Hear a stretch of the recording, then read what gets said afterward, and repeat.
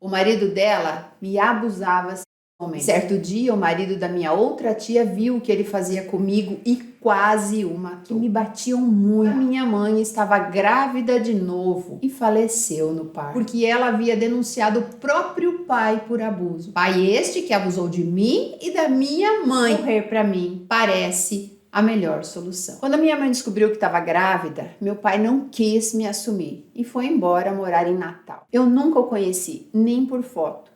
Minha mãe morava de favor na casa da minha tia nessa época. 5 anos depois, a minha mãe ficou grávida de novo e teve o meu irmão.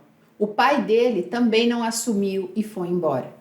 Minha mãe e minha tia trabalhavam direto, o dia todo, a semana toda. E nos finais de semana e durante a semana, eu ficava na casa da minha outra tia. O marido dela me abusava sexualmente e me ameaçava se eu contasse para alguém. Ele me fazia ver filmes adultos e quando minha tia dormia, que o inferno começava. Eu sempre fui uma criança calada, quieta, e certo dia o marido da minha outra tia viu o que ele fazia comigo e quase o matou. Foi assim que a minha mãe soube. Então ela me mandou ir morar para Bahia, na casa da minha avó. Morei lá por quase 1 ano antes da minha mãe ir com o meu irmão. Só que antes dela ir embora, o tio que fazia aquilo comigo fez com ela também e ela acabou engravidando de uma menina. Minha mãe não suportou a vergonha e deu a minha irmã para ele criar e foi embora morar na Bahia. Lá na Bahia, minha mãe trabalhava e dormia no emprego e eu ficava na casa da minha avó com minhas primas,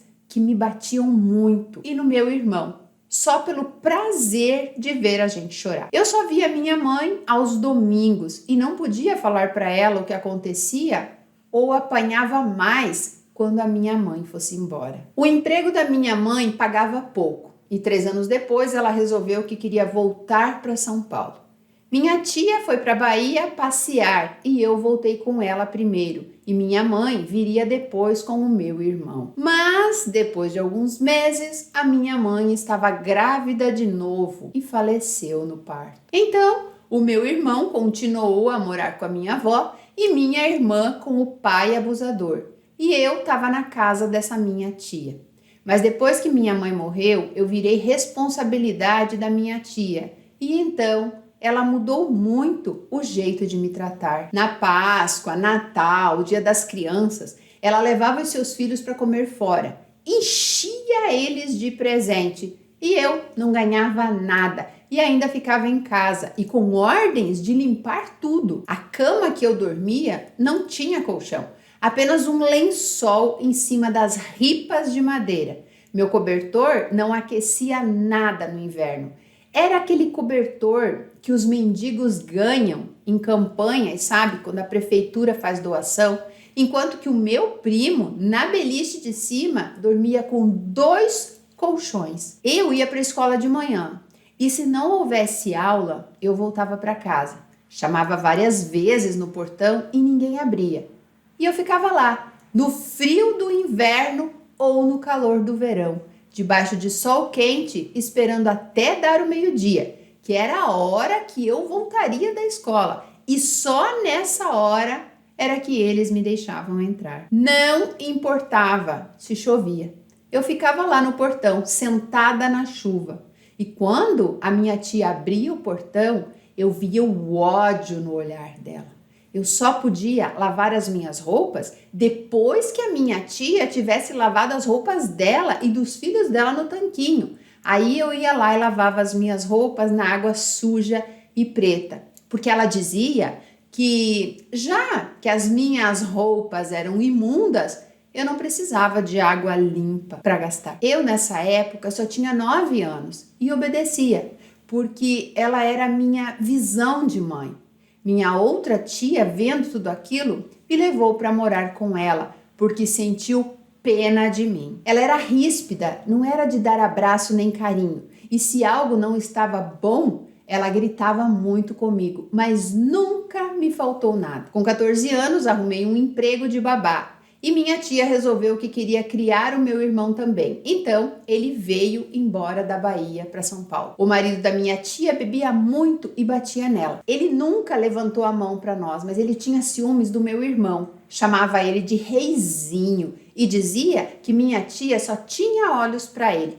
Meu irmão era uma criança e ele não aceitava que a minha tia desse comida para o meu irmão ou ajudasse ele a tomar banho. E então, um dia ele espancou a minha tia com uma pá de pedreiro e quebrou as patas da nossa cachorra. Foi quando minha tia viu que aquilo estava cada dia pior. Então fez um BO na polícia e foi numa audiência e pelo juiz foi determinado que ele ficasse longe da nossa casa e longe da minha tia. Com 16 anos eu trabalhei de cobradora numa perua e quando fiz 18 anos consegui o meu primeiro emprego registrado. Eu sustentava a casa porque a minha tia já tinha 46 anos e não conseguia emprego de doméstica e nem algum outro emprego. As coisas iam bem. Foi então que recebi uma ligação do juizado de menores pedindo para eu ir buscar a minha irmã Eduarda, porque ela havia denunciado o próprio pai por abuso. Pai este que abusou de mim e da minha mãe e agora estava fazendo o mesmo com a própria filha. Fui até o juizado de menores e levei a minha irmã embora. Morávamos com minha tia Jane e embora ela fosse uma pessoa muito rígida, ela gostou do fato de juntar os meus irmãos. Com 19 anos, conheci meu primeiro namorado e ficamos juntos por quase 6 anos. E ele foi muito bom para mim, até que ele ficou desempregado e logo depois de 6 meses eu fiquei também. Por eu ter trabalhado 5 anos de carteira assinada, eu peguei uma boa grana, mas ele ficava me pedindo dinheiro emprestado para comprar roupa e celular, dentre outras coisas. Eu nunca disse não, eu amava ele com todo o meu coração. E certo dia ele me pediu um tempo, disse que queria pensar e eu aceitei, achei que não era nada. Uma semana depois, ele já estava com outra sem nem falar nada para mim. E quando eu fui pedir o meu dinheiro de volta, simplesmente me ignorou e agiu como se nem me conhecesse. Aquilo acabou comigo e eu entrei em depressão e cheguei a pesar 45 quilos. Meses depois, eu consegui outro emprego. Então, conheci um cara pela internet e saímos por um mês, até que eu descobri que ele era casado. Ele me fez promessas, juras de amor e me enganou. Eu descobri tudo e terminei. Alguns meses depois, conheci outro cara e começamos a sair. Só que um mês depois, eu descobri que ele era bissexual. Então, ele saía comigo, mas dava em cima do amigo gay da minha prima. Terminei com ele sem olhar para trás. Minha irmã Eduarda, sem contar nada para ninguém, fez 18 anos e por ela não trabalhar, conseguiu um advogado e passou a pensão por morte, da nossa mãe, a pensão que eu recebia, para o nome dela. Era R$ 400 que me ajudava muito. Depois que ela fez isso, foi morar sozinha na casa que o pai dela deixou. Ele traiu a minha tia e foi embora morar com outra mulher. Logo depois disso, minha tia Jane teve um câncer e adoeceu muito rápido. Foi um câncer muito agressivo. Ela operou e tirou 6 quilos de massa da barriga, mas depois piorou. Minha tia tinha um filho, mas quem criou foi o pai. E quando ela adoeceu, ele veio morar na casa conosco, só que a casa só tinha 3 cômodos e ele tinha esposa e filho. Era muito apertado para morar eu, meus irmãos, minha tia, o filho dela e a esposa com filho. Foi então que conheci o Regis, o vizinho. Namorei com ele por 3 meses. Ele, vendo a minha situação, me chamou para morar na casa dele com ele e eu fui. Mesmo assim, ajudava lá na minha casa. Em pouco tempo, a minha tia acabou falecendo e eu descobri que aquela não era mais a minha casa. O filho legítimo da minha tia herdou tudo. Eu era sobrinha, não tinha direito a nada. Minha tia morreu e 3 meses depois o filho dela disse que já que ele era o herdeiro, ele estava me dando um ultimato. Ou eu construía em cima para morar com meu irmão, ou ia alugar uma casa. Ele nunca gostou de mim e do meu irmão, porque a mãe dele, minha tia, nos criou e não criou ele como filho que era o filho legítimo, Pensando no futuro e em querer fazer uma faculdade, resolvi construir, já que o dinheiro de pagar um aluguel seria melhor pagar a faculdade.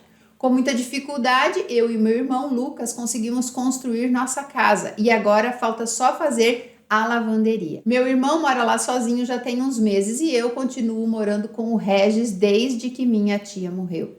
O Regis no começo era bom comigo. Bom entre aspas, porque eu fazia tudo o que ele queria. Ele é ninfomaníaco e ciumento ao extremo. E eu, tão abalada com a perda da minha tia e da minha casa, fazia tudo o que ele queria. Mas cada dia ele foi ficando pior, se mostrando outra pessoa. E já não podia falar com meus amigos e primos. Se eu pegasse o trânsito, ele inventava um monte de história na cabeça dele. 15 minutos de atraso já era o suficiente para ele virar o cão em pessoa. Ele já me colocou para fora de casa só porque eu cheguei atrasada, porque quando chove o trânsito você já sabe, né? E na cabeça dele eu tava com outra pessoa. Ele ficava dias e dias sem falar comigo, mas agora que eu tô desempregada de novo, há apenas alguns meses ele tá pior. Ele me trata como se eu fosse um lixo. Estou dormindo na sala há 3 semanas, porque ele tranca os outros cômodos da casa. E não é a primeira vez, porque quando ele me vê indo embora, arrumando as minhas coisas, ele pede desculpas, dizendo que vai mudar. Mas ele não muda. Eu estou com ele faz 3 anos e ele só saiu comigo 2 vezes para passear. E mesmo assim, ele fala que eu tenho que pagar ele com o corpo depois.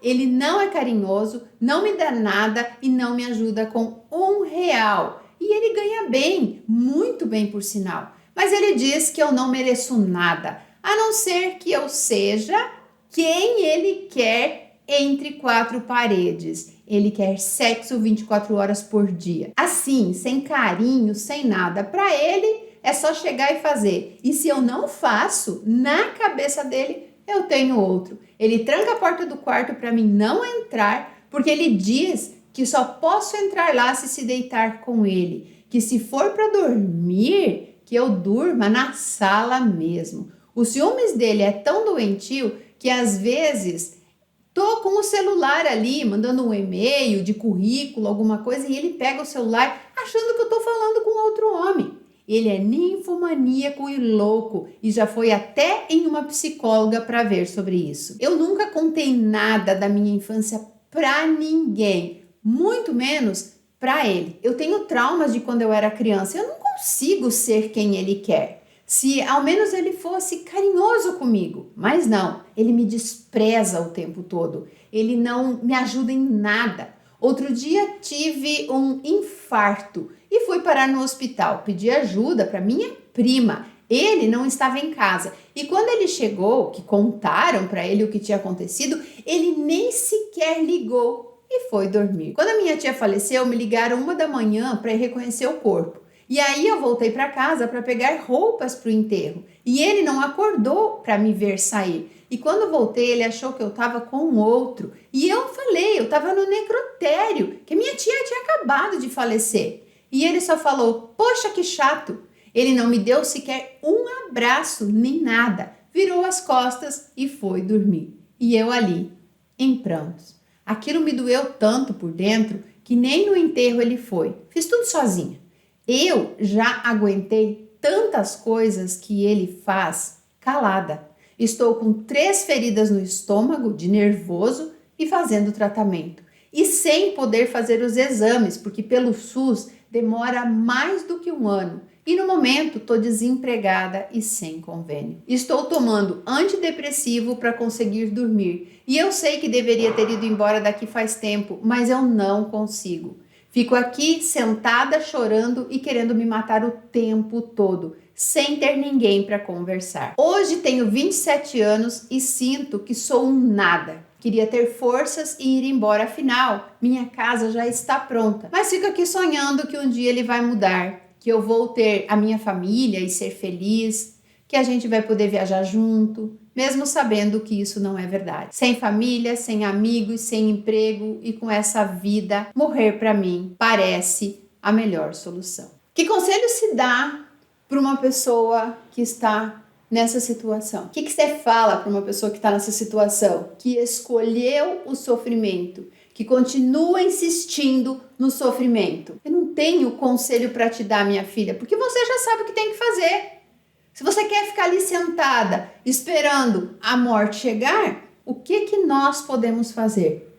Você tem que olhar para este homem como ele é e parar de idealizar um príncipe. Você acha que vai vir um anjo do céu com vai pegar um negocinho assim e plim, e ele vai virar um príncipe e vai se tornar outra pessoa? Até mesmo porque, se isso acontecesse, não seria o homem que você quer. Porque é esse homem que você quer. É com esse homem que você tá. Se você quisesse um homem diferente, você ia procurar um homem diferente. Vocês entendem o que eu quero dizer? Ela está ali por causa desse vício, dessa coisa doentia de ser maltratada, de ser aquela boa samaritana que vai transformar aquele homem e depois andar de mãos dadas com ele dizendo, olha, lembra dele? Era aquele traste louco por sexo que me maltratava, que não se importava comigo, mas olha agora no que eu transformei ele, nesta belezura, este homem incrível. Ah, por favor, nem dentro de igreja evangélica Deus faz isso. Tá cheio de mulher aí indo lá ouvir pastor falar, ai, Deus vai transformar o seu casamento. Pede para Deus transformar.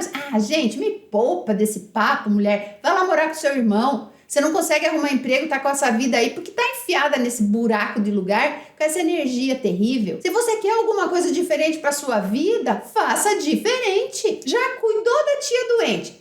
Levou um pé na bunda do primo lá.